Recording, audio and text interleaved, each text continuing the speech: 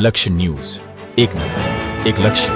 વિરોચનગર ગામની પ્રાથમિક શાળા ખાતે 76મા પ્રજાસત્તાક દિવસની ઉજવણી કરાઈ, જેમાં શાળા નંબર 1માં અને 2માં ધ્વજવંદન ફરકાવી બંધારણ વિશેની માહિતી આપી વિદ્યાર્થીઓએ અલગ અલગ જાતની કલા નૃત્યનો પ્રોગ્રામ કરવામાં આવ્યો હતો. આપણો તિરંગો આપણું ગૌરવ છે, જે દેશની એકતા, સ્વતંત્રતા અને ગૌરવનું પ્રતીક છે, જે શાળા નંબર 1 તરફથી 76મા ગણતંત્ર દિવસની હાર્દિક શુભકામના. બ્યુરો રિપોર્ટ ગુલાબ બૌદ્ધ, સાણંદ. કોઈ ઉચ્ચ નીચ નથી, પરંતુ અમુક લોકો આ બંધારણ સુધારવા માટે પ્રયત્ન કરી રહેલા છે. એ આપણે હજી પસંદ કરવાનું નથી. તમે જાણો છો કે બંધારણ એ આપણું મજબૂત બંધારણ છે અને તેને આપણે વળગી રહેવું. આ માટે વિદ્યાર્થી મિત્રો, તમે બધા જાણો છો કે આપણે સર્વે ભણી ગણીને આગળ થવાનું છે. આપણામાંથી ઘણા આઈએસ થયેલા છે, આપણા ગામના આ શાળામાં ભણેલા ઘણા કલેક્ટર છે, ઘણા ડીએસપી થયેલા ડૉક્ટર છે.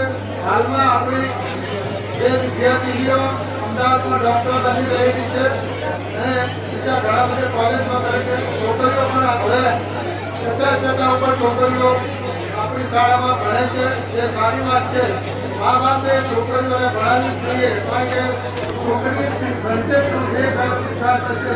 એક એનું પોતાનું ઘર અને બીજું એની સાસરી ઘર. માટે મારી સર્વ ભાઈ બહેનોને વિનંતી છે, તમારા બાળકોને નિયમિત સ્કૂલમાં મોકલો અને ભણે તે માટે તમને સમજાવો. બીજું કે આપણા બાળકો હાલમાં તમે જોશો તો 2-3 વર્ષના બાળકો પર મોબાઈલ લઈને બેસી જશે. માટે સર્વ વાલીઓને વિનંતી છે કે 16 વર્ષ સુધી તમારા બાળકોને મોબાઈલ આપવો નહીં.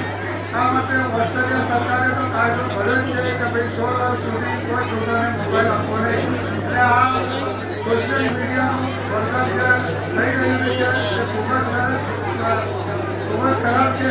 માટે મારે સર્વ વાલીઓ અને શિક્ષકોને વિનંતી છે કે વિદ્યાર્થીઓને શીખવણ આપે કે ભાઈ સ્પોર્ટ્સની એક્ટિવિટી પર વધારે ધ્યાન આપે, મોબાઈલમાં ઓછું ધ્યાન આપે અને પોતાના ભણતરમાં જે જરૂરી છે એમાં પૂરતો સમય આપે. સોશિયલ મીડિયામાં સમય બરબાદ કરે નહીં. તે માટે આપણે સૌ વાલીઓને વિનંતી કરીએ છીએ અને છોકરાઓને બચાવીએ. માટે મારા સર્વ ભાઈઓ બહેનોને વિનંતી છે, તમારા બચ્ચાઓને બચાવો, સોશિયલ મીડિયાથી બચાવો. આ ઉપરાંત ગામમાં હાલમાં જે પ્રવૃત્તિઓ થઈ રહી છે ફેન્સીની બેન્સીની, એના માટે પણ બધા બાળકો તેમના ભાઈ બહેન જો પીતા હોય તો એમને અટકાવો. આ ફેન્સીની બહુ ખરાબ જ છે, આ આપણો સમાજ ખરાબ કરી નાખશે. માટે જે વેચતા હોય ભાઈઓને વિનંતી કે ભાઈ વેચવાનું બંધ કરો. તમારા 50-100 રૂપિયા માટે તમે અમને ખરાબ કરી રહ્યા છે. આ બધું ક્યાં સુધી ચાલશે? મને તો એમ લાગે છે કે આ લોકો આપણા સમાજના દુશ્મન જ છે અને સમાજને બરબાદ કરવા માટે જ આ ફેન્સીની વેચી રહેલ છે. માટે વાલીઓને વિનંતી કે તમારા બાળકોને આ ફેન્સીથી બચાવો, ખરાબ સોબતથી બચાવો. અને જે વેચતો હોય એના વાલીઓને બી વિનંતી કે તમારા છોકરાને બચાવો. આ ફેન્સીની આ ગામને ખરાબ કરી નાખશે, ગામ પાયમાલ કરી નાખે. માટે મારી વિનંતી કે આના માટે તમે કડક બનો. બીજું કે હાલમાં ગામમાં મારી વાત સાંભળો ભાઈઓ, પોતાના ઘરનું પાણી જે વેઠી લે છે, પાણી બહુ કિંમતી વસ્તુ છે. આ પાણી તમે વગર કામનું ઢોળો નહીં, રસ્તાઓ ઢોળો નહીં. પાણીનો ઉપયોગ કરો, પણ જરૂર પૂરતો ઉપયોગ કરો. માટે સર્વને વિનંતી છે કે ભાઈ પાણી માપ પૂરતો જ વાપરે. બીજું કે આપ સૌને આ શુભ પ્રસંગે અભિનંદન. જય ભારત, જય ભીમ, જય ભીમ.